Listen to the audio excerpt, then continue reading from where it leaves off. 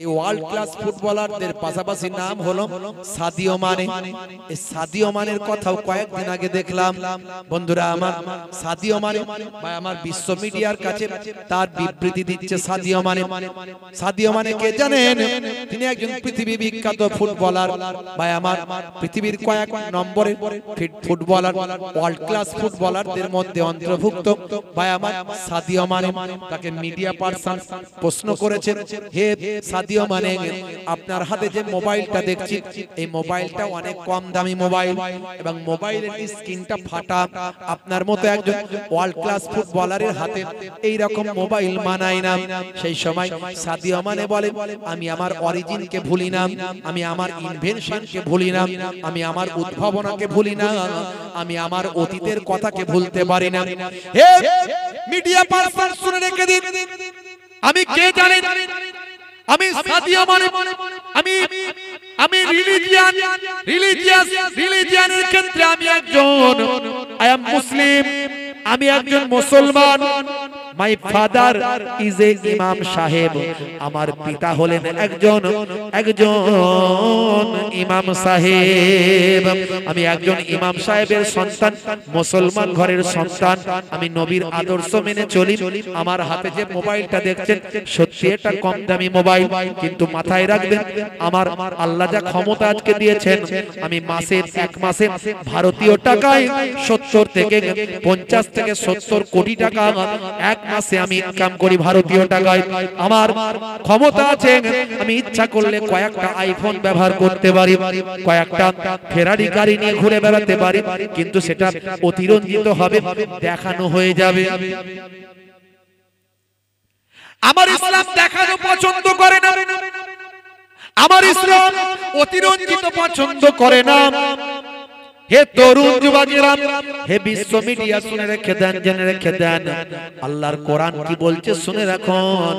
আল্লাহর কোরআন বলছে, ইন্নাল মুবাজ্জিরিনা কানু ইয়াকুনা শায়াতিন, অপচয় খরচাকারী নষ্টকারীরা হলো সবকটা, তারা সব শয়তানের ভাই। আমি সাদিও মানে বিশ্ব নবীর সুন্নাত মেনে চলি, নবীর আদর্শকে মাথায় নিয়ে চলার চেষ্টা করি। আমার টাকা আছে বলি আমাকে অনেক হাই লেভেলের মালপত্র কিনে নিয়ে ঘুরতে হবে, অনেক বেশি দামি সমস্ত প্রোডাক্ট ব্যবহার করতে হবে না। না, যতটুকু আমার প্রয়োজন ততটুকুই আমি করি। আমার এই স্ক্রিনটা ফেটে গেছে, এটা ঠিক, স্ক্রিনটা বদলে নেব, কিন্তু মোবাইলটা কম দামি হলেও কোনো অসুবিধা নাই, আমার গাড়িটা নরমাল গাড়ি হলেও কোনো সমস্যা নাই।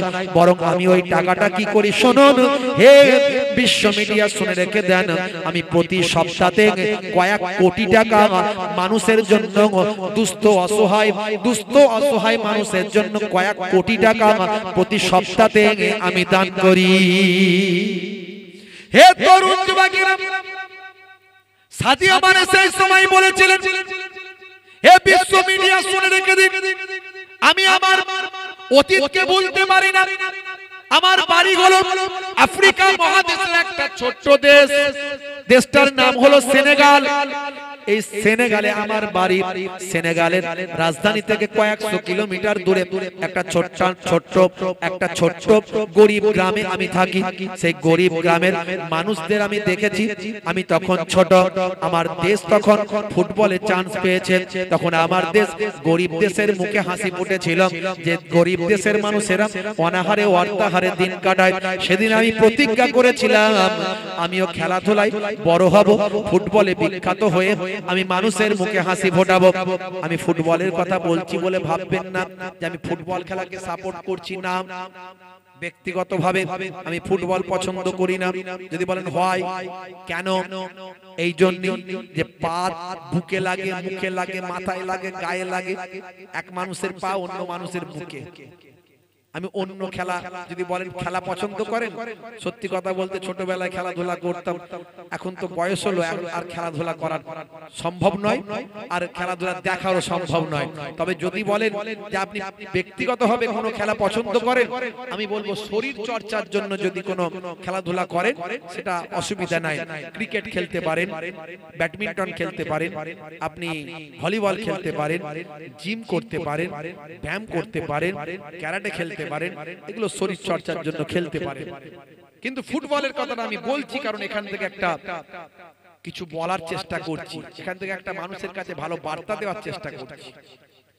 হে তরুণ যুবকেরা, হে আমার বন্ধুরা, সাদিও মানে বলেছিলেন, যখন আমি দেখলাম আমার দেশের মানুষের মুখে ফুটবলই হাসি ফুটিয়েছে, বিশ্ব ফুটবলে যখন আমার দেশ চান্স পেল, সেনেগাল, আমার গরিব দেশের অসহায় মানুষগুলোর মুখে যখন হাসি ফুটলো, আমার বড় ভালো লেগেছিল।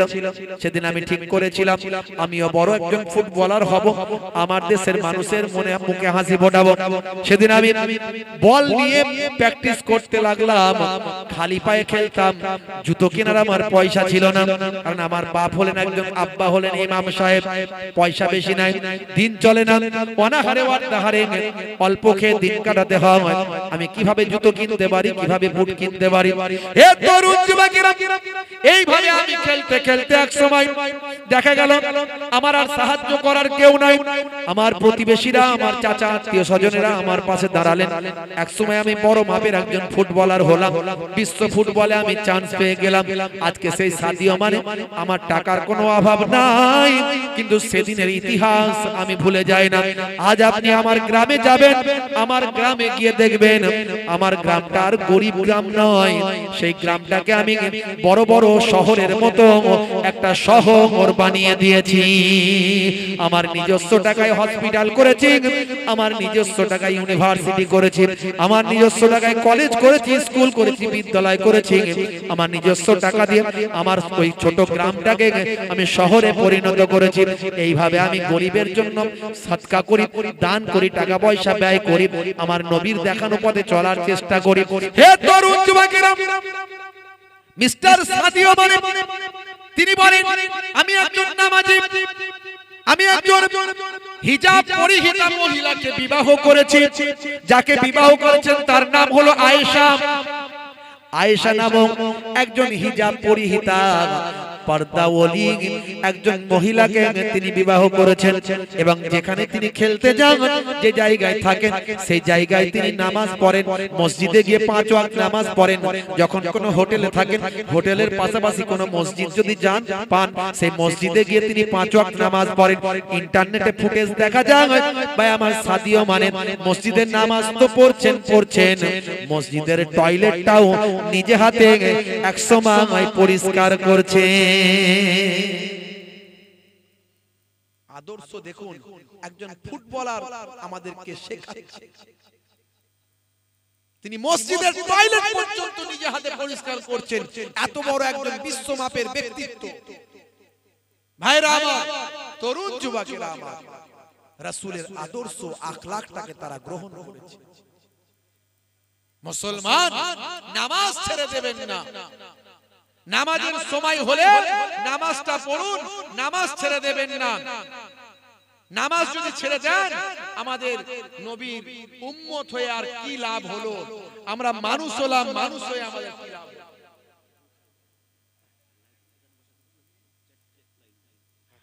ভাইরা আমার, নামাজটা ছেড়ে দেবেন না। সেই নামাজের সময় হলে মসজিদে এসে নামাজটা পড়বেন, নামাজ ছেড়ে দেবেন না। কি হবে মানুষ হয়ে, কি হবে মানুষ হয়ে যদি না চিনতে পারে নিজ প্রভুকে? কি হবে মানুষ হয়ে? মানুষগুলো করছে দেখো খোদারই ওই অবাধ্যতা, দিনে রাতে নামাজ ছেড়ে ধরছে তারা পাটির ধ্বজা, নেতার ওই পেছন ধরে ঘুরছে তারা বনব নিয়ে। যদি একটা টিকিট পাই জমবে খেলা, কি হবে মানুষ হয়ে? কি হবে ছেলে সেজে, কি হবে ছেলে সেজে যদি না থাকতে পারে পিতা মাতার কষ্টে পাশে? কি হবে ছেলে সেজে? আজকাল করছে ছেলে পিতা মাতার জায়গা জমি, জীবন্ত আশাটি তাদের নিজের নামে লেখা পড়ি। ছেলের ওই বিয়ে হলে ঘর জামাই যাচ্ছে চলে, অথবা আলাদা হলো মাকে ছেড়ে। কি হবে ছেলে সেজে, কি হবে নারী হয়ে? কি হবে নারী হয়ে যদি না চলতে পারে এই দুনিয়ায় বোরকা পরে? কি হবে নারী হয়ে? আজকাল চলছে দেখো নারীগুলো বেপরদায়, গায়ে হাতে ট্যাটু এঁকে জিন্স গেঞ্জি পরছে রে ভাই, চোখে আইলাইনার ঢেলে গালে গাল পালিশ মেরে সমাজটা দিল এরা রসাতলে।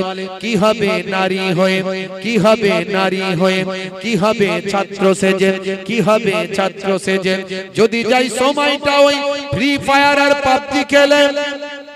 আছে না নাই ফ্রি ফায়ার পাবজি খেলার ছেলে বলে আছে না এদিকে? এর আগেও বলেছি হারাম, আজও বলে যাচ্ছি হারাম। যারা খেলছে হারাম খেলছে, আর সব কটা শয়তানের ভাই। বলে হুজুর এমন কথা বলছেন? হ্যাঁ আমি বলছি না, আল্লাহ বলছেন। আল্লাহ বলছেন যারা অপচয় খরচা করে তারা সব শয়তানের ভাই। এরা অপচয় বুদ্ধি খরচা, সময় খরচা, পয়সা খরচা, মোবাইল খরচা, ইন্টারনেট খরচা, চার্জ খরচা, সব অপচয়। দেখছেন না মোবাইলে এই সমস্ত গেমগুলো দিয়ে ছেলেদের মাথাগুলোকে হ্যাং করে দিচ্ছে। কি হবে ছেলে সেজে, কি হবে ছাত্র সেজে যদি যাই সময়টা ওই ফ্রি ফায়ার আর পাবজি খেলে। কি হবে ছাত্র সেজে? আজকাল ছাত্র দেখো সিগারেটের ধোঁয়া মারে, বাটি চুল লাল করে কুরুক মুরগি ওরা সাজে। না পরে ফাঁকি মেরে মিথ্যা বাপ মাকে বলে, না পরে ফাঁকি মেরে মিথ্যা বাপ মাকে বলে। লাইফে পাইপ ওরা দিল ভরে। কি কবে ছাত্র সেজে, কি হবে ছাত্র সেজে, কি হবে হুজুর সেজে, কি হবে হুজুর সেজে যদি তার কথাতে ওই সমাজেতে ঝগড়া বাড়ে, যদি তার কথা ওই সমাজেতে ঝগড়া বাড়ে। কি হবে হুজুর সেজে? আজকাল কত হুজুর বক্তৃতা দেয় স্টেজেতে, তাদের কথাই মুসলমান ভাই ভাই ঝগড়া করে। হুসাইনি সবার বলে ওই হুজুর রাখবে দূরে, হুসাইনি সবার বলে ওই হুজুর রাখবে দূরে। যদি চাও সুস্থ সমাজ তুলতে গড়ে, যদি চাও সুস্থ সমাজ তুলতে গড়ে। কি হবে হুজুর সেজে, কি হবে মানুষ হয়ে, কি হবে হুজুর সেজে? কথা ঠিক না ভুল বলেন? একটু মাঝে মাঝে সময় পেলে একটু কলম চালা, একটু লিখে ফেলেছি একটু মানুষের কাছে বার্তা দেওয়ার জন্য। বাবাজি আমার দুটো কথা বলে দিয়ে গেলাম। একটা হলো নামাজ।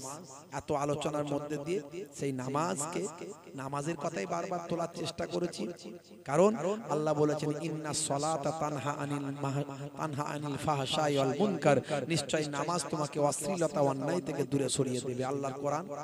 আপনি নামাজি যদি হয়ে যান, অপরাধ 90% 80% অপরাধ আপনার কাছ থেকে অটোমেটিক চলে যাবে। আপনার কাছে অপরাধ আসবে না। নামাজি ব্যক্তির কাছে অপরাধ আসবে না। এক্সেপশন, ব্যতিক্রম এক একটা ঘটতে পারে, সেটা ছেড়ে দিন। ওটা বাদের খাতায় সব জায়গাতেই, সব ধর্মে, সব বর্ণে, সব জায়গাতেই আছে। বুঝতে পারছেন? কিন্তু ম্যাক্সিমাম আপনি যদি নামাজি হয়ে যান, অপরাধ আপনার কাছ থেকে সরে চলে যাবে। আরেকটা জিনিস হলো এই যে বিরাট কোহলি, হরভজন সিং, লিওনেল মেসি, এরা সব মুখে দাঁড়িয়ে রেখেছে দেখবেন। এখন নেতা মন্ত্রী খেলোয়াড় প্লেয়ার। এই গতকাল না পরশুদিন আমাদের ভারতের প্রাক্তন প্রধানমন্ত্রী মিস্টার মনমোহন সিংজি, তিনি দেখবেন মুখে দাঁড়িয়ে রেখেছিলেন, তিনি পরলোক গমন করেছেন, তাই তো? তিনি এই পৃথিবী ছেড়ে বিদায় নিয়েছেন। একজন ভারতবর্ষের পপুলার প্রাইম মিনিস্টার ছিলেন, যিনি কথা বলতেন কম, কাজ করতেন বেশি, যার সময় এত সাম্প্রদায়িক দাঙ্গা হাঙ্গামা মারপিট।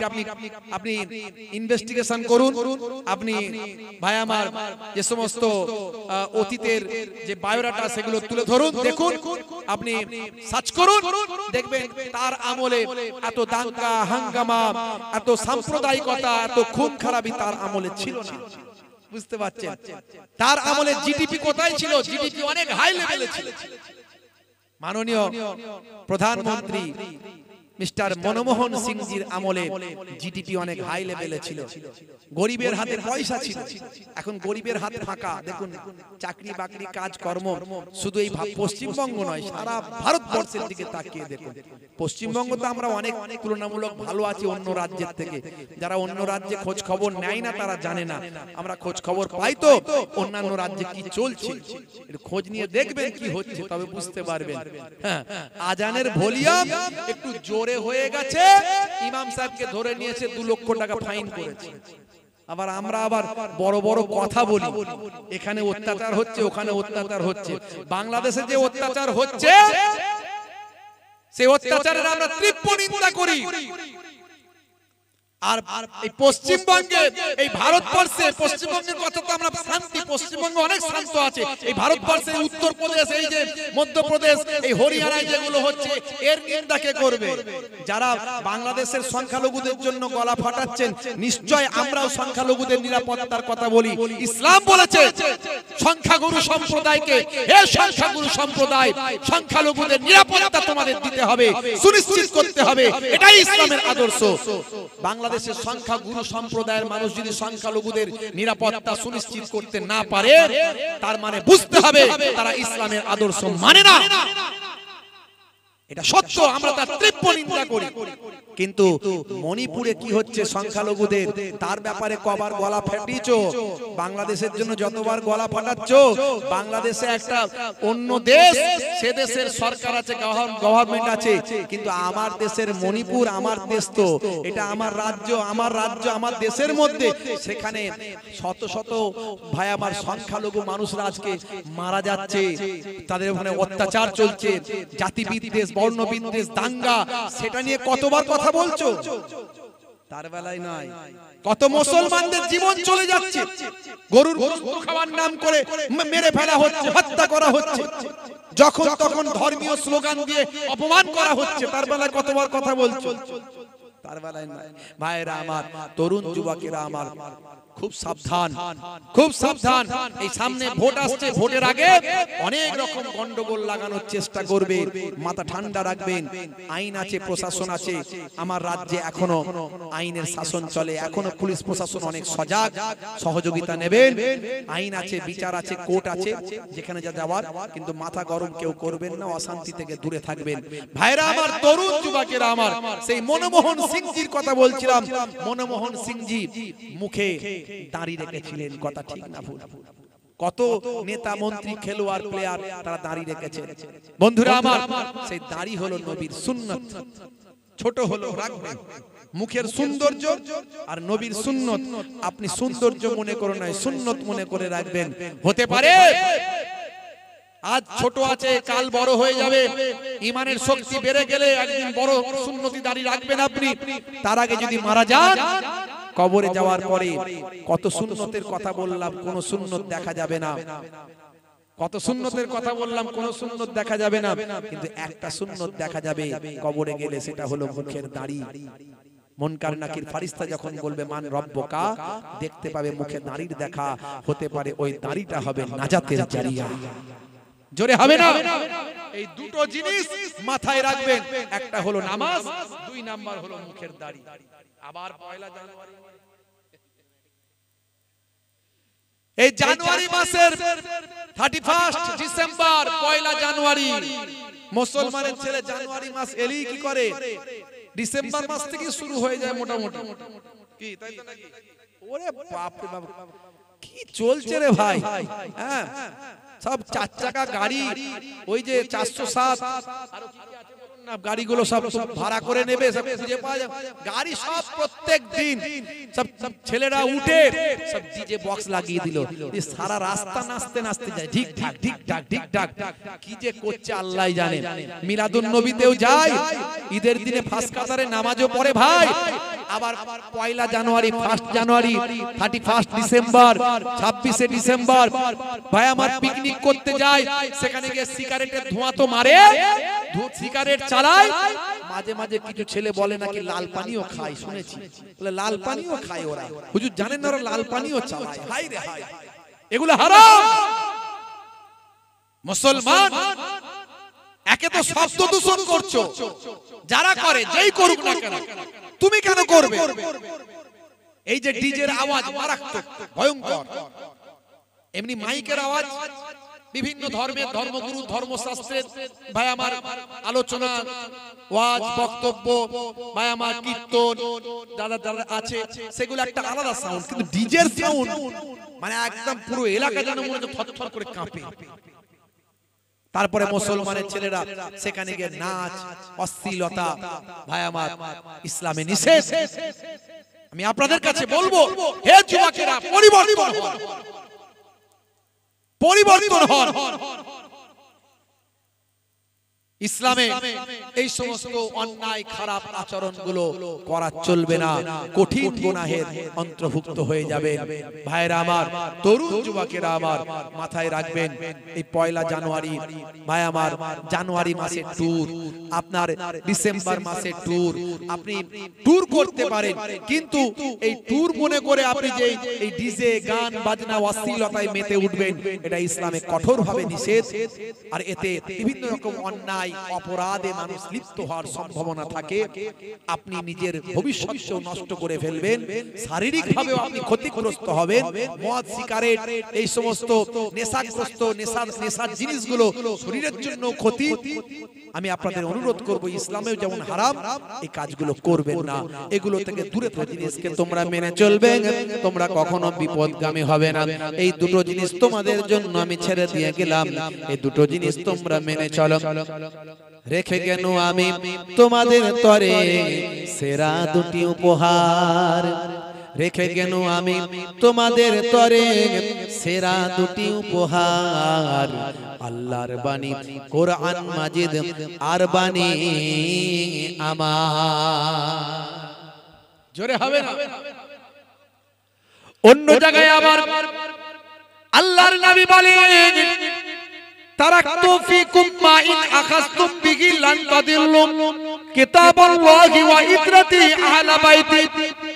আল্লাহর নবী অন্য হাদিসের মধ্যে বলেছেন, আমি তোমাদের কাছে দুটো জিনিস রেখে দিয়ে গেলাম, একটা হলো আমার আহলে বায়াত, একটা হলো কোরআন মাজিদ, আর একটা হলো আমার আহলে বায়াত। এই দুটো জিনিসকে তোমরা আঁকড়ে ধরো, এই দুটো জিনিসকে তোমরা আঁকড়ে ধরলে তোমরা পথভ্রষ্ট হবে না, গোমরাহ হয়ে যাবে না। হে তরুণ যুবকেরা, হে আমার মুরব্বিয়ানেরা, শুনে রেখে দিন বাবা, জেনে রেখে দেন, সেই নবী আপনাকে আমাকে কত কষ্ট করে দ্বীন শেখালেন, কত কষ্ট করলেন আমার আপনার জন্য। উম্মতে মুহাম্মাদির জন্য নবী আমার কত জুলুমের শিকার হলেন। আবু জাহিল, আবু লাহাব, উতবা, সাইবারা নবীর উপর কত অত্যাচার করল, আল্লাহর নবীকে কত রক্তাক্ত করে দিল। নবীর আমার সারা শরীরটা লালে লাল হয়ে গেল। মক্কার মানুষগুলো যখন আমার নবীর কথা শোনে না, আমার নবীর উপর অত্যাচার করে, আমার নবী চলে গেলেন তায়েফের জমিনে। তায়েফের মানুষদেরকে নবী আমার হেদায়েতের আলো দিলেন, হেদায়েতের ডাক দিলেন। তায়েফের মানুষেরা তারা পালা করে করে আমার নবীর উপর জুলুম করল। হে তরুণ যুবকেরা, হে আমার বন্ধুরা, শুনে রেখে দিন বাবা, আমার আপনার নবী একটা আঙ্গুরের বাগানে ঢুকে গেলেন। আমার আপনার নবীর সারা শরীরের রক্তে বা আমার সারা শরীরটা রক্তাক্ত হয়ে গিয়ে জুতো মোবারক, খরম মোবারকে রক্তে লাল হয়ে গেল। আমার আপনার নবীর সারা শরীরের গায়ের রক্তে জুতো পর্যন্ত জমে গেল। নবী আমার একই মাটিতে তিনবার ওপর হয়ে পড়ে গেলেন। পাহাড় চালক ফারিস্তা এসে হাজির হয়ে গিয়ে নবীকে সালাম দিল। আল্লাহর নবী বললেন, না না, হে ফারিস্তারা, শুনে রেখে দাও, জেনে রেখে দাও, তুমি হলে ফারিস্তা, তোমরা হলে ফারিস্তা, আর ওরা হলো ইনসান। তোমরা পাহাড়গুলোকে চাগিয়ে নিয়ে এসে তায়েফবাসীদের ধ্বংস করতে চাও। না না, আমি হলাম রাহমাতুল লিল আলামিন। আমার আল্লাহ আমাকে রাহমাতুল লিল আলামিন বানিয়েছেন। আমার আল্লাহ বলে দিয়েছেন, ওয়া মা আরসালনাকা ইল্লা রাহমাতাল লিল আলামিন। হে দুনিয়ার মানুষ, শুনে রেখে দাও, আমি আমার নবীকে সারা আলামের জন্য রহমত করে পাঠিয়ে দিয়েছি। নবী আমার দয়ার নবী, মায়ার নবী। নবী আমার দোয়া চেয়েছেন, আল্লাহ তায়েফবাসীরা আমাকে চেনে না, তায়েফবাসীরা আমাকে জানে না, তাই তারা আমার উপর অত্যাচার করেছে, আমাকে মেরেছে। আমি তাদের জন্য দোয়া চাই, তুমি তাদের হেদায়েত করো। তারা যদি হেদায়েত না হয়, তাদের আল আওলাদ, পরিবার বর্গ, তাদের জেনারেশন আফটার জেনারেশন, তাদের বংশধরদের তুমি হেদায়েত করে দাও। জোরে হবে না? জোরে হবে না? কত কষ্ট পেয়েছেন আমার আপনার নবী, তারপরও আমার আপনার নবী কি আখলাক কি চরিত্র দেখিয়েছেন আমার আপনার জন্য। আজকের এই দিনটার জন্য আমার উম্মতেরা নামাজি হবে, রাসূল আমার সুন্নতগুলো মেনে চলবে, এই জন্য নবী আমার অত্যাচার জুলুম সহ্য করেছে। হে তরুণ যুবকেরা, হে আমার বন্ধুরা, হে আমার মুরব্বিয়ানেরা, শুনে রেখে বাবা, আমার আপনার নবী এত কষ্ট অত্যাচার জুলুম সহ্য করলেন কেন? তার একটাই কারণ, আমার নবীকে আরবের মানুষেরা ভালোবাসতো। আমার নবী কোনোদিন মিথ্যা কথা বলেননি, আমার নবী আমার কাউকে কষ্ট দেননি। আরবের মানুষেরা ছোটবেলা থেকে আপনার আমার নবীকে আল আমিন নামে উপাধি দিয়েছিল, আল আমিন নামে ভূষিত করেছিল। আমার আপনার নবীকে মহা সত্যবাদী বলে তারা বিশ্বাস করত। ছোটবেলা থেকেই নবীকে সম্মান করত। নবীর সঙ্গে অন্য কোনো কারণে আরবের মানুষের দুশ্মনী হয়নি। দুশ্মনী শুরু করলো তারা একটা কারণে, সেটা হলো আমার আপনার নবী বললেন আল্লাহ অনেক নয়, আল্লাহ হলেন একজন। তোমরা ওয়াবুদুল্লাহ, আল্লাহর ইবাদত করো, তোমরা আল্লাহর ইবাদত করো। ওয়ালা ইউশরিক বিল্লাহ, আল্লাহর সঙ্গে শরীক করো না। মাই ইউশরিক বিল্লাহি ফাকাদ হারামাল্লাহু আলাইহিল জান্নাহ, শিরককারীর জন্য জান্নাত চিরতরে হারাম হয়ে যায়। তারা শত্রু হয়ে গেল, তখন থেকে তারা শত্রু হয়ে গেল। তারা বললো এটা বন্ধ করে দাও, কি লাগবে বলো, টাকা লাগবে, সম্পদ লাগবে, সুন্দরী নারী লাগবে, যা লাগবে সব দেবো। আমার নবী বললেন না, আমি যে অর্ডারে নিয়ে এসেছি, যে জন্য আমাকে পাঠানো হয়েছে, সেই দায়িত্ব আমি পালন করব।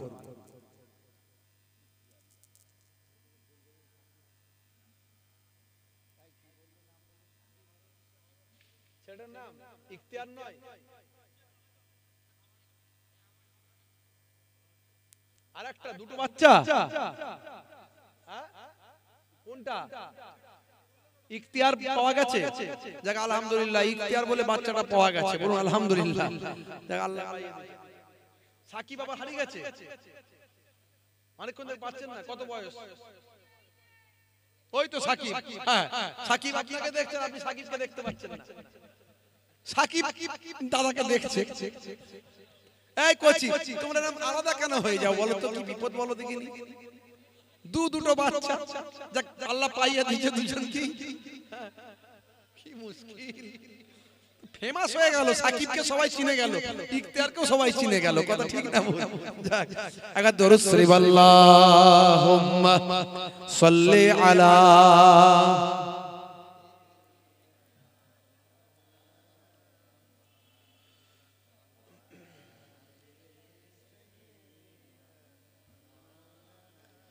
হে তরুণ যুবকেরা, হে আমার বন্ধুরা, আমার আপনার নবী আল্লাহর কথা বলার জন্য, আল্লাহর নৈকট্য হাসিল করতে বলার জন্য, আল্লাহর একত্ববাদের প্রচারের জন্য, আল্লাহর ওয়াহাদানিয়াতের কথা বলার জন্য, আর নিজের সুন্নাত রাসূলের সুন্নতের কথা বলার জন্য নবী তাদের শত্রুতায় পরিণত হয়েছিল, তাদের সঙ্গে শত্রুতা তৈরি হয়েছিল। আল্লাহর নবী আগে বেরে কখনো শত্রুতা করেননি, ঝগড়া করেননি। আল্লাহর নবী কখনো তাদের উপর আঘাত করেননি, বরং তারা আমার নবীকে আঘাত করতে চেয়েছিল। হে তরুণ যুবকেরা, আপনারা আমার নবী অনেক কষ্ট পেয়েছিলেন, অনেক অত্যাচার জুলুম সহ্য করতে হয়েছিল, সারা শরীর রক্তাক্ত হয়েছিল, তবু আমার আপনার নবীকে আল্লাহ আর ছেড়ে দেননি, তবু আমার আপনার নবী আল্লাহর কথা বলতে ছেড়ে দেননি, তবু আমার আপনার নবী তার সুন্নতের প্রচার করতে বন্ধ করে দেননি। হে তরুণ যুবকেরা, হে আমার বন্ধুরা শুনে রেখে দিন বাবা, জেনে রেখে দেন আমার আপনার নবী বললেন এই কোরআন মাজিদ আল্লাহ প্রদত্ত কিতাব। এই কোরআন মাজিদ আল্লাহর কাছ থেকে আসছেন। ফেরেশতা জিবরাইল আলাইহিস সালাম একটু একটু করে আমাকে নির্দেশ দিয়ে যাচ্ছেন। এই ওহী আমার কাছে এসেছে, আমাকে আল্লাহ যা নির্দেশ দিচ্ছেন সেটাই তো আমি তোমাদের কাছে বলছি। হে তরুণ যুবকেরা, হে আমার বন্ধুরা, আল্লাহর কোরআনে যা বলা হয়েছে সেদিন আপনারা আমার নবী যা বলেছিলেন আজকের যুগেও সবটা বিজ্ঞান সম্মত, বাস্তব সম্মত এবং আধুনিকতার সঙ্গে সামঞ্জস্য। 1450 বছর আগে আল্লাহর কোরআন যা বলেছেন আজকের যুগে সব প্রমাণিত হয়েছে। বেশি উদাহরণে আমি যাব না। হে তরুণ যুবকেরা, হে আমার মুরব্বিয়ানেরা, সেই কোরআন মাজিদের 82 বার যে নামাজের কথা বলা হয়েছে সেই নামাজ নিয়ে আমি কথা বলছি। বেশি কথা বলবো না, বেশি অন্য আলোচনায় যাব না। ইন্টারনেটে গিয়ে সার্চ করবেন 20 থেকে 25 হাজার বক্তব্য পাবেন। আমি বেশি অন্য বক্তব্যের দিকে যাব না। মূল কথা যেটা বলা দরকার, যেটা বললে আজকের জলসা সার্থক হবে। সকালবেলা লাভ লোকসানের অঙ্ক যখন কষবেন লাভের অঙ্ক বেড়ে যাবে, সেই আলোচনাটা আপনাদের মাঝখানে করি। বন্ধুরা আমার, অনেক টাকা পয়সা খরচা করেছেন, কমিটির ভাইয়েরা অনেক মেহনত করেছেন, আপনারা টাকা পয়সা সহযোগিতা অনেক করেছেন। এত বড় সুন্দর একটা জান্নাতের বাগান কবে কায়েম হয়েছে, এর হকটা আদায় করতে হবে বাবা। হে তরুণ যুবকেরা আমার, যে নামাজের জন্য আমার আপনার নবী সারা শরীরটা রক্তাক্ত হলো, যে নামাজের জন্য আমার আপনার নবী দান দান মোবারক শহীদ হয়ে গেল, যে নামাজকে প্রতিষ্ঠা করার জন্য সাহাবায়ে কেরামরা জীবন পর্যন্ত দিল। হে তরুণ যুবকেরা, হে আমার বন্ধুরা, যে নামাজের কথা আমার আল্লাহ কোরআন মাজিদে 82 বার বললেন, ওয়াকিমুস সালাত, তোমরা নামাজ কায়েম করো, নামাজ প্রতিষ্ঠা করো, নামাজ পড়ো, নামাজ ছেড়ে দিও না বান্দা, নামাজ ছেড়ে দিও না বান্দা, নামাজ ছেড়ে দিও না বান্দা। বন্ধুরা আমার, তরুণ যুবকেরা আমার, আমার নানাজান ছোট হুজুর কেবলা বলতেন, বাবা নামাজের কথা বলতে গিয়ে রেগে যেতেন, রেগে গিয়ে বলতেন, বাবা কি দিয়ে বোঝাবো? ঝুরা আর কোদাল দিয়ে বোঝালে বুঝবে বাবা, ঝোড়া আর কোদাল দিয়ে বোঝালে তবে বুঝবে। রেগে গিয়ে বলতেন, যারা ছোট হুজুর কেবলার ওয়াজ শুনেছেন এমন মানুষ থাকলে বুঝতে পারবেন, মনে পড়ে যাবে। আমার দাদা জান মায়াপুর পীরনগরী হুজুর পীর কেবলা রাহমাতুল্লাহ আলাইহি বলতেন, বাবা দিনে রাতে 24 ঘন্টায় 23 ঘন্টা তুমি অন্য কাজ করো, 1 ঘন্টা নামাজে দাও। 5 ওয়াক্তের নামাজ পড়তে 12 মিনিট করে সময় দিলে 5 12 60, 1 ঘন্টা। 1 ঘন্টা নামাজে দিলে আমার আল্লাহ তোমার 23 ঘন্টা সাকসেসফুল করে দেবে। হবে না ভাইরা আমার, তরুণ যুবকেরা আমার, আজানে লাইন আছে 11টা, আজানে লাইন আছে 12টা, আজানের লাইন আছে 12টা। ব্যাখ্যায় বলা হয়েছে 12 মাস তাই নামাজ পড়তে হবে, 12 মাসের নামাজ, সেই জন্য লাইন আছে 12টা। 50টা শব্দ আছে, 50টা শব্দ। ব্যাখ্যায় বলা হয়েছে 5 ওয়াক্ত নামাজ পড়লে 50 ওয়াক্তের সওয়াব। জোরে হবে না? 17টা অক্ষর আছে আজানে, 17টা অক্ষর আছে টোটাল। আপনি যদি আরবি অক্ষর খোঁজেন 17টা অক্ষর পাবেন।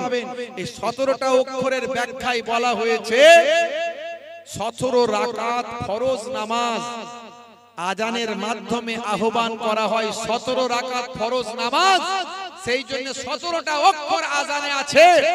আপনি 2 রাকাত ফজরের ফরজ নামাজ, 2 রাকাত, 4 রাকাত জোহরের, 4 রাকাত আসরের, 3 রাকাত মাগরিবের আর 4 রাকাত এশার, সব মিলিয়ে দেখুন 17 রাকাত ফরজ নামাজ। জোরে বলুন সুবহানাল্লাহ। নামাজ ছাড়া যাবে না। হে তরুণ যুবকেরা, হে আমার বন্ধুরা, একজন পয়গম্বরের কথা বলি, নাম হলো হযরত সুলাইমান আলাইহিস সালাম। আমার আল্লাহ তাআলা সুলাইমান নবীকে জিজ্ঞাসা করলেন, হে নবী সুলাইমান, তোমাকে আমি দুটো জিনিসের মধ্যে একটা দেব, তুমি কোনটাই সন্তুষ্ট হচ্ছ বলো? এক নাম্বার হলো তোমাকে আমি রাজ্য দেব, তোমাকে আমি বাদশাহী দেব, এটা তুমি পছন্দ করো না তোমাকে আমি বিদ্যা দেব, এলেম দেব, জ্ঞান দেব, এটা তুমি পছন্দ করো? বলো তুমি দুটোর মধ্যে কোনটা নেবে? হযরতে সুলাইমান আলাইহিস সালাম প্রখর বুদ্ধি সম্পন্ন মানুষ ছিলেন, আল্লাহর নবী হবেন। নবীরা তো অবশ্যই তাদের মেধা থাকবে, মেরিট থাকবে, বুদ্ধি থাকবে। হযরতে নবী সুলাইমান আলাইহিস সালাম বললেন, আয় আমার আল্লাহ, আমি যদি বাদশাহী, লোকে আমাকে বাদশা বলবেন, আমার কথাই উঠবে আর বসবে, আমাকে রেসপেক্ট করবে, আমাকে সম্মান করবে। কিন্তু আমি যদি ইলম না জানি, বিদ্যা না জানি, আমার যদি জ্ঞান না থাকে, তাহলে মাবুদ তোমাকে আমি চিনতে পারবো না, তোমাকেই তো আমি জানতে পারবো না, তোমার সম্পর্কে আমার সঠিক জ্ঞান আসবে না। না না না, আমার রাজ্য চাই না, আমার বাদশাহী চাই না, আমার আল্লাহ তার বিনিময়ে তুমি আমাকে ইলম দান করো। জোরে হবে না, জোরে হবে না। আমি আপনি হলে কি বলতাম একটু ভাবুন তো দেখি। ওরে বাপরে, তাদের বাদশা বানিয়ে দাও, আমাকে সবার উপর লাঠি ঘোরাবো, তাই তো নাকি? আমাকে রাজা বানিয়ে দাও, সবার উপর লাঠি ঘোরাবো, আমি সবার উপর আমি প্রভুত্ব করব, আমাকে বাদশা বানিয়ে দাও, রাজা বানিয়ে দাও। এক কম্বলে 10 ফকির শান্তি সুখে নিদ্রা যায়, এক কম্বলে 10 ফকির শান্তি সুখে নিদ্রা যায়, এক রাজ্যে 2 রাজা বাস করা যে ভীষণ দায়। বলুন তো, রাজ্য বড় না কম্বল বড়?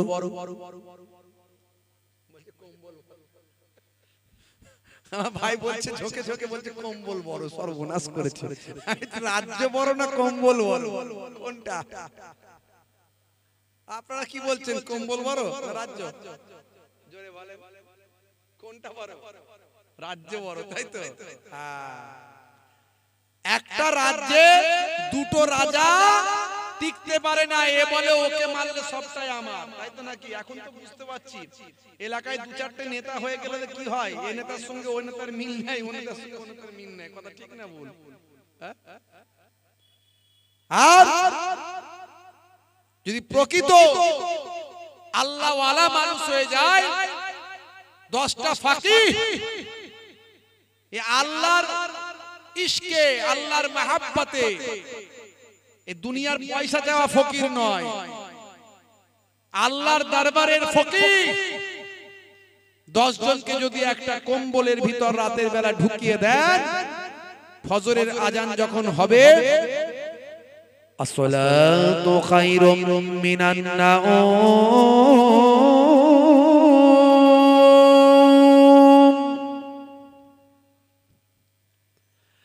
আসসালাতু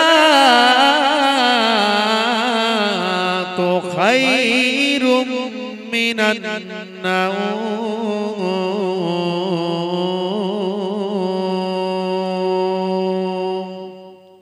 মানে কি? নিদ্রা অপেক্ষা নামাজ উত্তম, নিদ্রা অপেক্ষা নামাজ উত্তম। অনেকেই হয়তো ফজরের আজানই শুনতে পান না, এরকম হয় ঘটনা।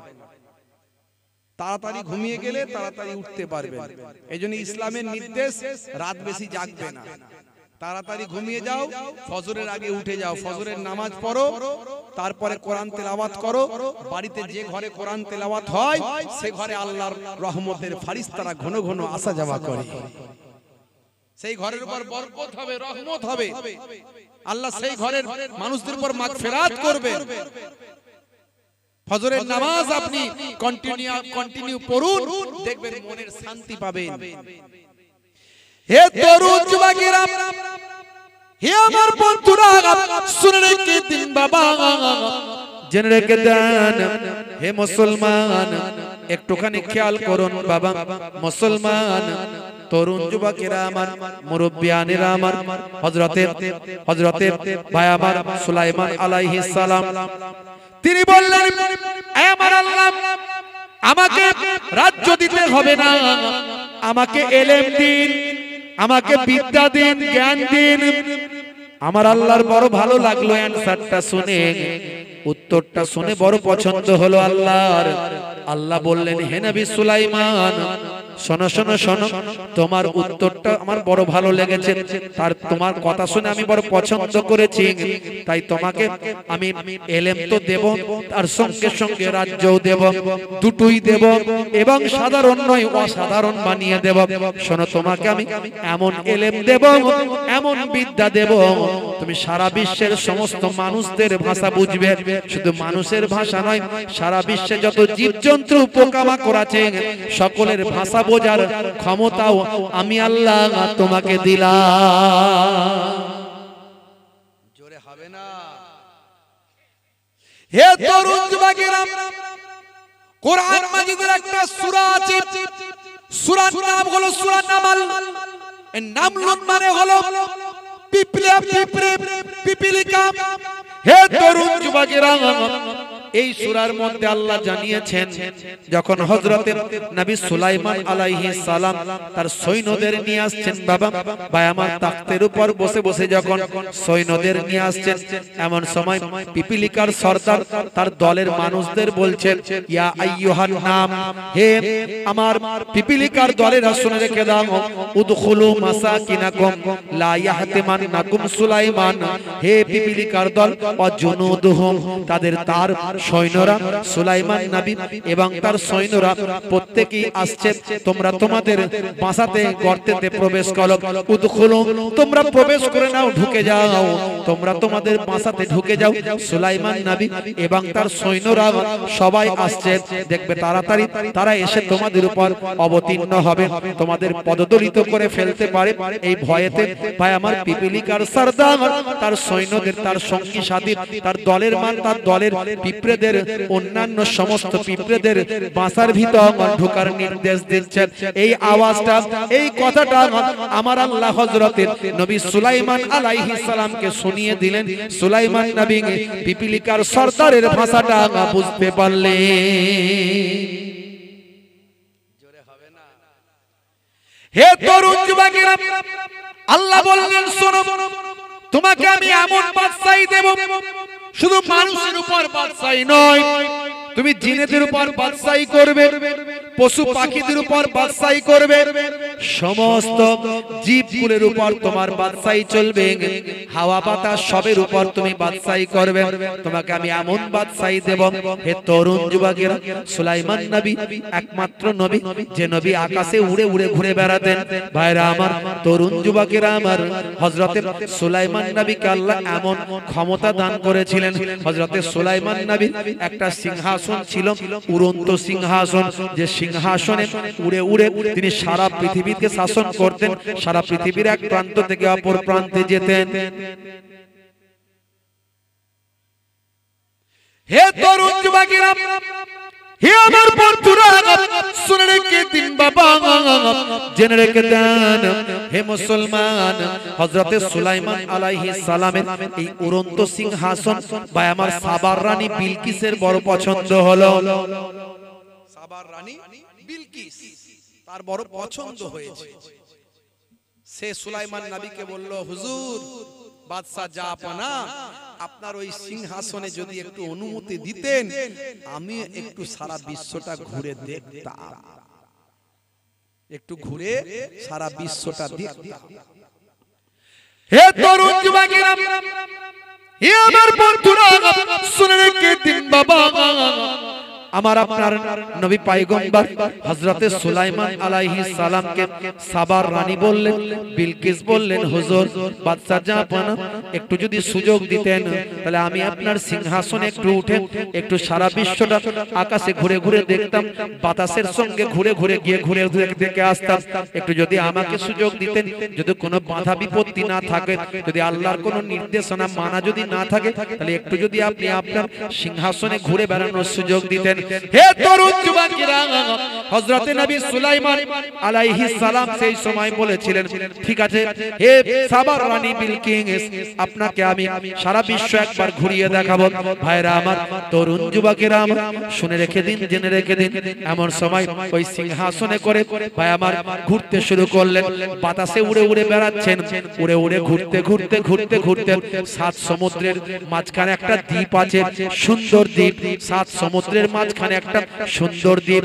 এই সুন্দর মনোরম দ্বীপেতে গিয়ে তারা অবস্থান করলেন। সেখানে নামলেন সৈন্য সামন্ত নিয়ে, সঙ্গী সাথী নিয়ে সেখানে নামলেন। বাবা হযরতে সুলাইমান আলাইহিস সালাম সেখানে নেমেছেন, সাবার রানী ভাই আমার বিলকিস সেখানে নেমেছে। হে তরুণ যুবকেরা, সেই দ্বীপটা ছিল বড় মনোরম দ্বীপ। সেখানে ছিল বাগান, সেখানে ছিল ভাই আমার গাছপালা জঙ্গল, সেখানে ছিল ঝর্ণা, সেখানে ছিল নদী, বহমান নদী। সেখানের পরিবেশটা ছিল অত্যন্ত সুন্দর মনোরম পরিবেশ। হযরতে সুলাইমান নবী তাকিয়ে দেখেন, সেই বাবা দ্বীপের মাঝখানে এক ধারেতে কিছু ডানাওয়ালা ঘোড়া তিনি দেখতে পেলেন, যেগুলোকে লোকে পঙ্খিরাজ ঘোড়া বলে। পঙ্খিরাজ ঘোড়া সুলাইমান নবীর বলে না, যদিও ডাইরেক্ট কোরআন হাদিস থেকে পঙ্খিরাজ ঘোড়া কথাটা পাবেন না, বলা হয়েছে একটা দ্রুতগামী ঘোড়া। দ্রুতগামী ঘোড়া, যে শব্দটা এখানে ব্যবহার করা হয়েছে, জিয়াদ, আল জিয়াদ কথাটা ব্যবহার করা হয়েছে।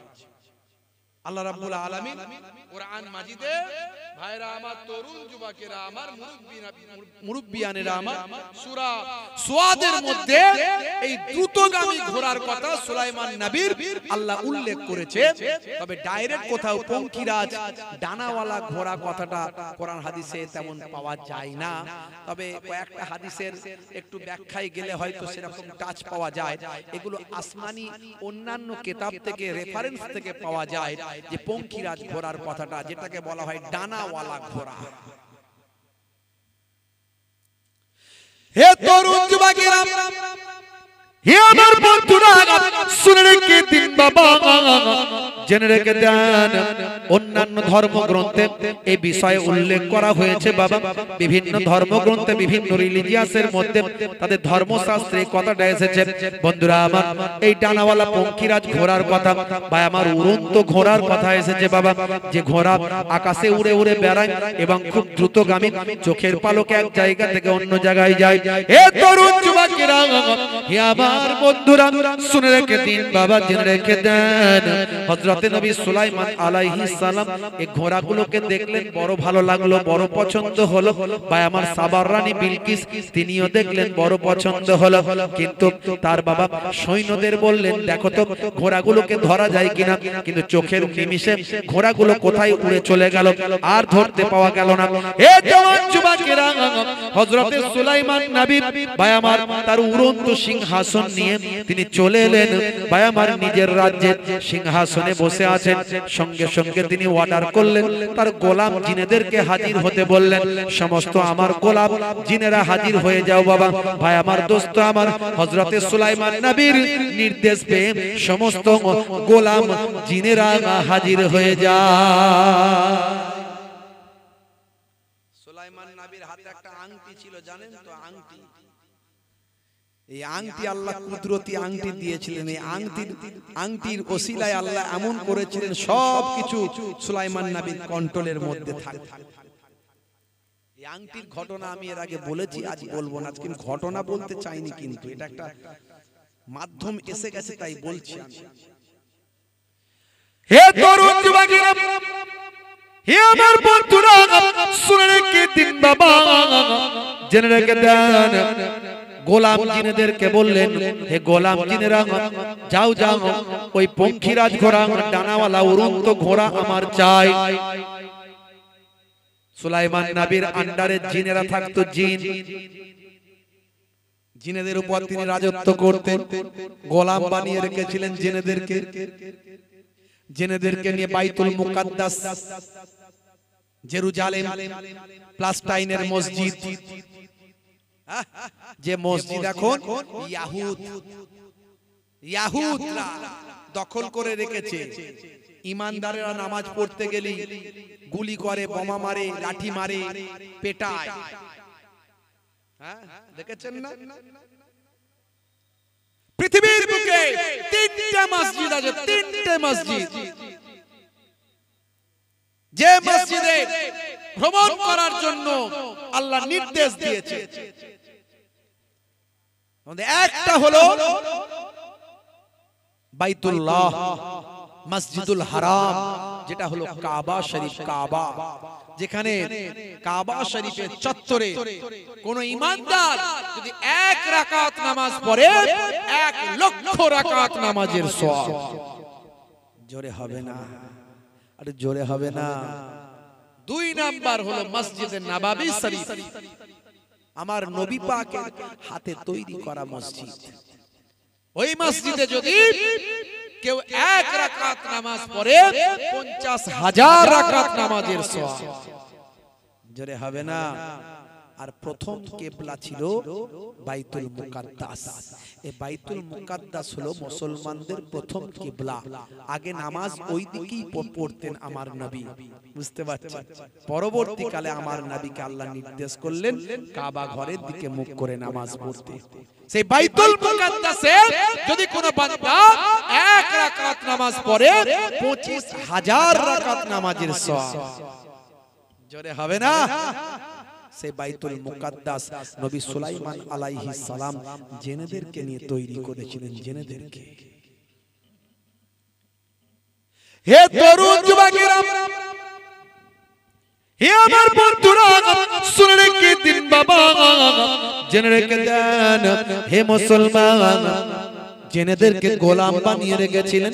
কারণ আল্লাহ তাকে এমন ক্ষমতা দিয়েছিলেন, জিন ভাই আমার, জিন থেকে শুরু করে বিভিন্ন জীবজন্তু সবার উপর রাজত্ব করতেন হযরতে নবী সুলাইমান আলাইহিস সালাম। হে তরুণ যুবকেরা, হে আমার বন্ধুরা, এমন সময় গোলাম জিনগুলো বলল, হুজুর সমুদ্রে আমরা যেতে পারবো না, কারণ সমুদ্রের দায়িত্বে সেখানকার জেনেদের সরদার আছে, সমুদ্রে আমাদের যাওয়া যাবে না, আমাদের গণ্ডির বাইরে ওটা, আমাদের ক্ষমতা ওখানে চলবে না, ওখানে অন্য জেনেরা রাজত্ব করে, যদি আমরা সেখানে গিয়ে আমাদের কর্তৃত্ব ফলাই তাহলে তাদের সঙ্গে আমাদের লড়াই হবে। তারা কে সেখানে আছে? বলে যে সরদার আছে সে আপনার ভয়ে, আপনি তাকে ভয় পাইয়েছেন, আপনি তাকে ধরতে চেয়েছেন, সেই ভয়েতে সে সমুদ্রের তলায় গভীরে কোন এক জায়গায় লুকিয়ে আছে, সেই সরদারও সেখানে নাই আর তার দলবলও সেখানে নাই। কি হবে? যে কোনো ভাবে আমার ওই ডানাওয়ালা উড়ন্ত পঙ্খিরাজ ঘোড়াগুলো আমার চাই, আমার পছন্দ হয়েছে, কি করা যাবে? বলে হুজুর তাহলে দেখছি চেষ্টা করে ওই জেনেদেরকে ফিট করে, ওরাই পারবে ধরে আনলে আনতে, ওদেরকে ফিট করতে হবে, কিভাবে করা যায়, যেভাবে হোক করো। হে তরুণ যুবকেরা, গোলাম জিনগুলো সব সমুদ্রের কিনারায় চলে গেল। তাদের মধ্যে একটা বদমাইশ গোলাম জিন, বদমাইশ, একটু বদমাইশ টাইপের, সে বলল, হে জেনেদের সরদার, হে সমুদ্রের দায়িত্বে থাকা জেনেদের সরদার, বেরিয়ে এসো, বেরিয়ে এসো, আমরাও সব জেনেরা এখানে এসেছি, ভয় নাই, যার ভয়ে তুমি লুকিয়ে আছো, যার ভয়ে তুমি লুকিয়ে আছো সেই বাদশা তিনি মারা গেছেন, আর তোমাদের কোনো ভয় নাই, আমাদেরও কোনো ভয় নাই, এসো ভাই একসঙ্গে মিলেমিশে চলি, কোনো চিন্তা নাই, বেরিয়ে এসো, যে বাদশার ভয়ে তুমি লুকিয়ে আছো সেই বাদশা আর দুনিয়াতে নাই, এসো এসো এসো, বেরিয়ে এসো, একসঙ্গে মিলেমিশে চলি। এ তরুণ যুবকেরা, এরকম ভাবে যখন আওয়াজ দিয়েছে একটা গোলাম জিন, সেই সময় জেনেদের বাদশা, সেখানকার বাদশা আনন্দ করতে করতে, হাসতে হাসতে তার সঙ্গীদেরকে নিয়ে গোপন ডেরা থেকে বেরিয়ে এসেছে। এমন সময় গোলাম জিনগুলো সংখ্যায় বেশি ছিল, তারা তাদেরকে ভালো করে বন্দী করে, ভাই আমার, তাদের মধ্যে থেকে ওই বাদশাকে ধরে নিয়ে এসে সুলাইমান নবীর কাছে হাজির করে দিয়েছে বাবা।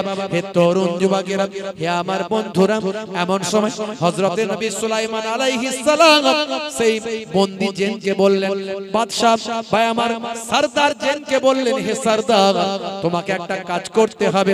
সে সরদার জিন ভয় পেয়ে গেল, থরথর করে কাঁপছে। যার ভয়েতে আমি লুকিয়েছিলাম তার সামনে হাজির, এখনই আমাকে ফাঁসি দিতে পারে, এখনই আমাকে হত্যা করতে পারে, এখনই আমাকে পুড়িয়ে দিতে পারেন।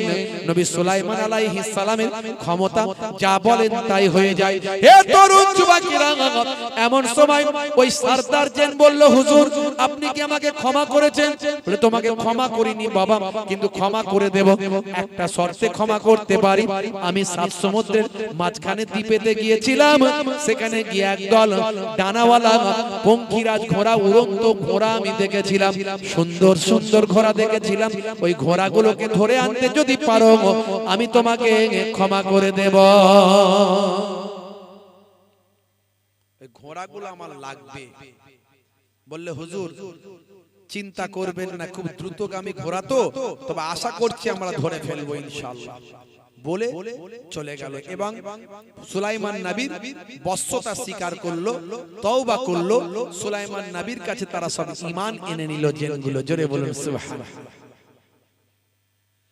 হে তরুণ যুবকেরা, হে আমার বন্ধুরা, হযরত সুলাইমান নবীর কাছ থেকে জিনগুলো চলে গেল সাত সমুদ্রের মাঝখানে সেই সুন্দর দ্বীপ। সেই দ্বীপের আশপাশে তারা খোঁজাখুঁজি শুরু করলো। দেখতে পেল একদল ঘোড়া। সেই ঘোড়াগুলো যারা উড়ন্ত ঘোড়া, তারা সেখানে পানি খাওয়ার জন্য ঘুরে বেড়াচ্ছে। এমন সময় এই জিনগুলো তাদেরকে চারিদিক থেকে ঘিরে ফেললো। ঘিরে ফেলে তাদেরকে প্রত্যেককে বন্দী করে নবী সুলাইমান আলাইহিস সালামের কাছে হাজির করে দিল। সুলাইমান নবী তার থেকে রানী বিলকিস আবেদন করলো, সাবার রানী বিলকিস, হুজুর বাদশা জাহাপনা যদি আমাকে একটা ওই রকম ঘোড়া দিতেন বড় খুশি হতাম। আল্লাহর নবী সুলাইমান আলাইহিস সালাম সাবার রানী বিলকিসকে একটা ঘোড়া উপহার দিয়েছিলেন। হে তরুণ যুবকেরা, হযরত নবী সুলাইমান আলাইহিস সালাম ওই ঘোড়াগুলোকে নিয়ে আলাদা একটা বাহিনী করে দিলেন। সুলাইমান নবীর আলাদা আলাদা বাহিনী ছিল, মানুষের বাহিনী, হাতির বাহিনী, জীবজন্তুর বাহিনী, ভাই আমার জেনেদের বাহিনী। এই ঘোড়াদের আলাদা একটা ডিপার্টমেন্ট করে দিলেন, ঘোড়াদের বাহিনী। হে তরুণ যুবকেরা আমার, হে আমার মুরব্বিয়ানেরা, শুনে রেখে দিন বাবা, জেনে রেখে দেন। সেই দ্রুতগামী ঘোড়াগুলোকে হযরত নবী সুলাইমান আলাইহিস সালাম বড় ভালোবাসতেন। আমার আল্লাহ কোরআন মাজিদের মধ্যে এই দ্রুতগামী ঘোড়াদের কথা উল্লেখ করেছেন। হে তরুণ যুবকেরা, সূরার নাম সূরা সাদ, আয়াত নাম্বার হলো 31। আমার আল্লাহ বলছেন, ইজ উরিজা আলাইহিম বিল আশিয়ে। ভাইরা আমার, তরুণ যুবকেরা আমার, মুরব্বিয়ানেরা আমার, স্মরণ করো, উপস্থিত করা হলো তাদের সামনে সন্ধ্যার সময় কি উপস্থিত করা হলো ভাই আমার, as-সাফিনাতুল জিয়াদ, মানে দ্রুতগামী ঘোড়া। দ্রুতগামী ঘোড়াগুলো তার সামনে উপস্থিত করা হলো। সেই সময় কি হলো ভাই আমার, 32 নম্বর আয়াতে আমার আল্লাহ বলছেন, ফাকালা ইন্নী আহবাবতু হুব্বা। হে তরুণ যুবকেরা, সে সময় সে বলল, নিশ্চয় আমি ভালোবেসেছি, অধিক ভালোবেসেছি। কাকে? আল খায়রে, এই সম্পদকে, আন যিকরি রাব্বি হাত্তা তাওয়ারাস। ভাইরা আমার, তরুণ যুবকেরা আমার, আল্লাহ রাব্বুল আলামিন বলছেন, স্মরণ করো আমার রবের, এমন কি যখন অদৃশ্য হয়ে গেল, বিল হিজাব, চোখের আড়ালে চলে গেল। অর্থাৎ ভাই আমার, যখন সে হযরতে সুলাইমান নবী তখন ওই ঘোড়াগুলোকে ভীষণ ভালোবাসছিল, ভালোবাসতে বাসতে সন্ধ্যা হয়ে গেল। এই সন্ধ্যা হওয়ার কারণে আমার আল্লাহ নারাজ হলেন। আমার আল্লাহ নারাজ হওয়াতে ওই ঘোড়াগুলো চোখের আড়ালে চলে গেল, মানে চোখের নিমিষে ওই ঘোড়াগুলো গায়েব হয়ে গেল। সুলাইমান নবীর চোখের আড়াল কোনো জীবজন্তু হতে পারে না বিনা অনুমতিতে। কিন্তু এক্ষেত্রে ভাই আমার যেহেতু সন্ধ্যা হয়ে গেল, আসরের নামাজটা কাজা হয়ে গেল, আমার আল্লাহ নারাজ হয়ে গেল। যে সম্পদের জন্য আসরের নামাজ কাজা হলো, সেই সম্পদটা সুলাইমান নবীর চোখের থেকে আড়াল হয়ে গেল।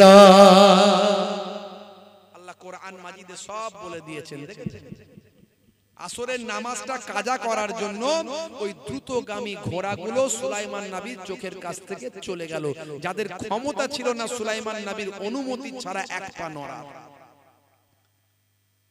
সুলাইমান নবী অবাক হয়ে গেলেন। আল্লাহ বুঝিয়ে দিলেন, ফেরেশতা জিবরাইল আলাইহিস সালাম এলেন, এসে বলে, ও নবী সুলাইমান, আপনি দুনিয়ার সম্পদ পেয়ে আল্লাহর ইবাদত ভুলে গেছেন। মুসলমান বুকে হাত দিয়ে চিন্তা করুন, আমি এই ঘটনাটা কেন বলছি বুঝতে পারছেন? কেন বলছি বুঝতে পারছেন? আমরা দুনিয়ার বাড়ি, দুনিয়ার গাড়ি, দুনিয়ার জমি, দুনিয়ার টাকা, বউ বিবি বাচ্চা, হে তরুণ যুবকেরা, হে আমার বন্ধুরা, শুনে রেখে দিন বাবা, জেনে রেখে দেন। আমার আল্লাহ কোরআন মাজিদে বলেন, ওয়ালানাবলু আন্নাকুম বিশাইইন মিনাল খাউফি ওয়াল জু ওয়া নাকসিম মিনাল আমওয়ালি ওয়াল আনফুসি ওয়াস সামারাত ওয়া বাশশিরিস সাবিরিন। হে দুনিয়ার মানুষ শুনে রেখে দাও, আমি তোমাদেরকে মাঝে মাঝে তোমাদের মাল, তোমাদের সম্পদ, তোমাদের টাকা পয়সা, তোমাদের সন্তান সম্পত্তি, তোমাদের জান, তোমাদের মাল, ভাই আমার সব কিছু মাঝে মাঝে নোকসান দিয়ে তোমাদের পরীক্ষা করি।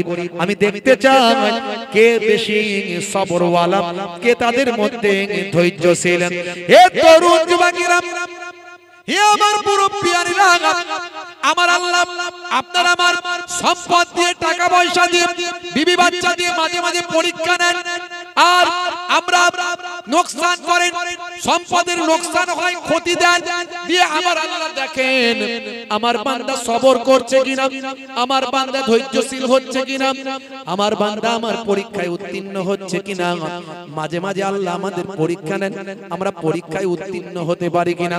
হে তরুণ যুবকেরা, আমার আল্লাহ অন্য জায়গায় কোরআন মাজিদে বলেন, তোমরা তোমাদের মালমাতা, সন্তান সন্ততি, ছেলে মেয়ে, তোমরা তোমাদের স্ত্রী বাচ্চা, মালমাতা পেয়ে তোমরা যেন আমি আল্লাহর ইবাদত ভুলে যেও না। বুঝতে পারছেন? আল্লাহর ইবাদত ভুলে গেলে আল্লাহ নারাজ হয়ে যায়। সুলাইমান নবীর কাছ থেকে ওই ঘোড়াগুলো হারিয়ে গেল। সুলাইমান নবী কান্না শুরু করলেন, ক্ষমা চাইতে লাগলেন, মাফি চাইতে লাগলেন। দিনের পর দিন, মাসের পর মাস আল্লাহর কাছে সিজদায় পড়ে রইলেন। আমার আল্লাহর দয়া হলো, মায়া হলো। আমার আল্লাহ সুলাইমান নবীকে বললেন, হে নবী সুলাইমান, আমি তোমার তওবাকে কবুল করে নিয়েছি। মাথা তোলো, দেখো ওই উড়ন্ত ঘোড়াগুলো, ওই ডানাওয়ালা ঘোড়াগুলো আমি আবার তোমার কাছে ফিরিয়ে দিয়েছি। জোরে হবে না? সুলাইমান নবী মাথা তুললেন, আল্লাহর কাছে শুকরিয়া হাম প্রশংসা করলেন, কিন্তু চিন্তা করলেন যে ঘোড়ার জন্য, যে উড়ন্ত পাখির জন্য, ঘোড়ার জন্য আমি আল্লাহর হুকুম ভুলে গেছি, নামাজ ভুলে গেছিলাম, তাদের ভালোবাসতে গিয়ে, আদর করতে গিয়ে, আমি সেই ঘোড়া রাখবো না। তিনি কি করলেন? ওই ঘোড়াগুলোকে সাদকা করে দিলেন, ওই ঘোড়াগুলোকে ভাই আমার সাদাকা করে দিলেন, এবং কিছু ঘোড়ার ডানা কেটে দিলেন, ডানা কেটে দিলেন, ডানা আর রাখলেন না।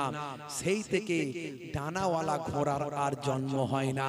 কথিত আছে সেই ডানাওয়ালা ঘোড়া স্টপ হয়ে গেল, আর পৃথিবীতে ডানাওয়ালা ঘোড়া তৈরি হয় না। হে তরুণ যুবকেরা, হে আমার বন্ধুরা, আমি এই কথাটা কেন বললাম? আপনি নামাজ ছাড়বেন না। হে মুসলমান, নামাজের সময় হলেই নামাজে যাবেন, নামাজ ছেড়ে দেবেন না বাবা। ভাইরা আমার, তরুণ যুবকেরা আমার, মসজিদে যখন আজান হবে, মুয়াজ্জিন যখন আজান দেবে মসজিদে, সঙ্গে সঙ্গে আপনি রেডি থাকবেন, দুনিয়ার সমস্ত কাজকর্ম বন্ধ করে দিয়ে আপনি জামাতে গিয়ে নামাজটা পড়বেন। আমার আল্লাহ বলছেন ওয়াকিমুস সালাত ওয়া আতুজ যাকাত ওয়া আরকাউ মা'আর রাকিন, তোমরা সালাতটা আদায় করো, যাকাতটা প্রদান করো, আর রুকুকারীদের সঙ্গে তোমরা রুকুটা করো, মানে জামাতে নামাজ পড়ো। নামাজের ফতোয়া, নামাজের মাসালা অনেক কঠিন। আল্লাহর নবী বলেন যদি ঘরেতে বাচ্চা এবং মহিলারা না থাকতো, যারা নামাজ না পড়ে ঘরে বসে আছে বা নামাজ ঘরে পড়ে ঘরে বসে আছে, ওই ঘরগুলো জ্বালিয়ে দেওয়ার অনুমতি আমি দিতাম। কত বড় কঠিন কথা! নামাজ ছেড়ে দেবেন না বাবা, নামাজের সময় হলেই মসজিদে যাবেন। 7 বছর বয়স থেকে সন্তানকে নামাজ পড়াতে হবে, 10 বছরে কান মুলে মুলে নামাজ পড়াতে হবে। নামাজে কোনো ছাড় নাই। নামাজের থেকে ভালো ব্যায়াম আর কিছু হতে পারে না। স্বাস্থ্য বিশেষজ্ঞরা বলছেন নামাজের থেকে ভালো ব্যায়াম আর কিছু হতে পারে না। ইসলামে যা কিছু বলা হয়েছে সবের মধ্যে বিজ্ঞান বাস্তবতা আছে, বাস্তবসম্মত, সায়েন্টিফিক। সেই নামাজের সময় হলে নামাজ ছেড়ে দেবেন না বাবা, মার নামাজে যেতে হবে। ওয়াক্ত হলো ওযু করো, মসজিদে চলো, খোদার হুকুম পালন করো, নামাজটা পড়ো। ওয়াক্ত হলো ওযু করো, মসজিদে চলো, দিন রাতে 5 ওয়াক্ত নামাজ পড়লে পাবে ভাই জান্নাত। জোরে হবে না?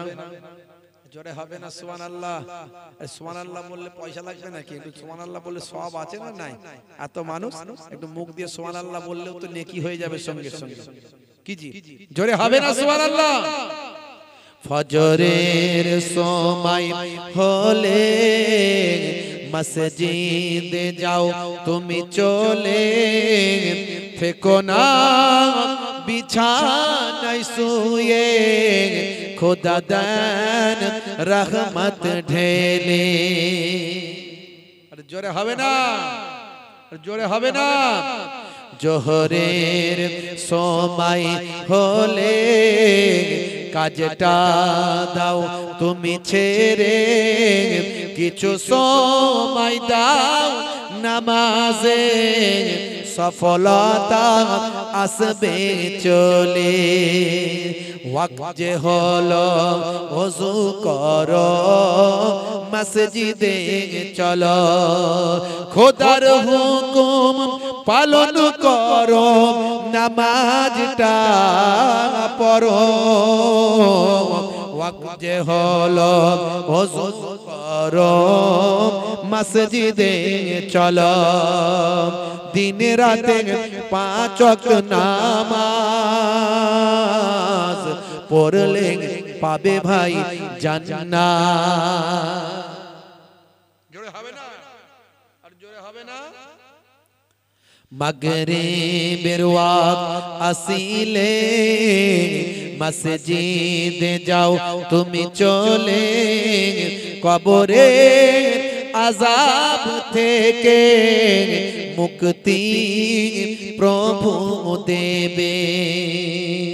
এশার সময় হলে অবহেলা না তুমি করে, নামাজে যাও তুমি চলে, কবরে মুক্তি পাবে।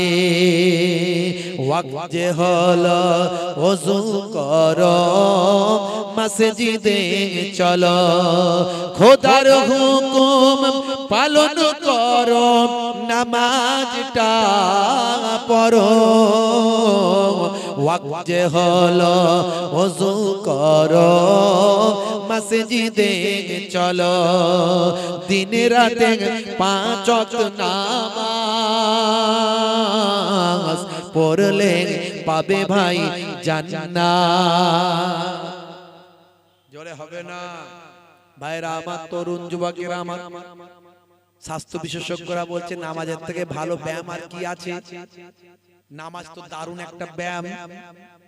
আমাকে একজন এক ভাই বলছে, হুজুর আমার আর্থারাইটিস এর প্রবলেম ছিল, মারাত্মক প্রবলেম, ডাক্তারখানায় গেলি শুধু ওষুধ দেয় আর বলে ব্যায়াম করো, ওষুধ দেয় আর ব্যায়াম করো, আর ফিজিওথেরাপি করো, খালি বলে ফিজিওথেরাপি করো, এতদিন ধরে এই করছি সেই করছি ওই করছি, ভালো আর হয় না।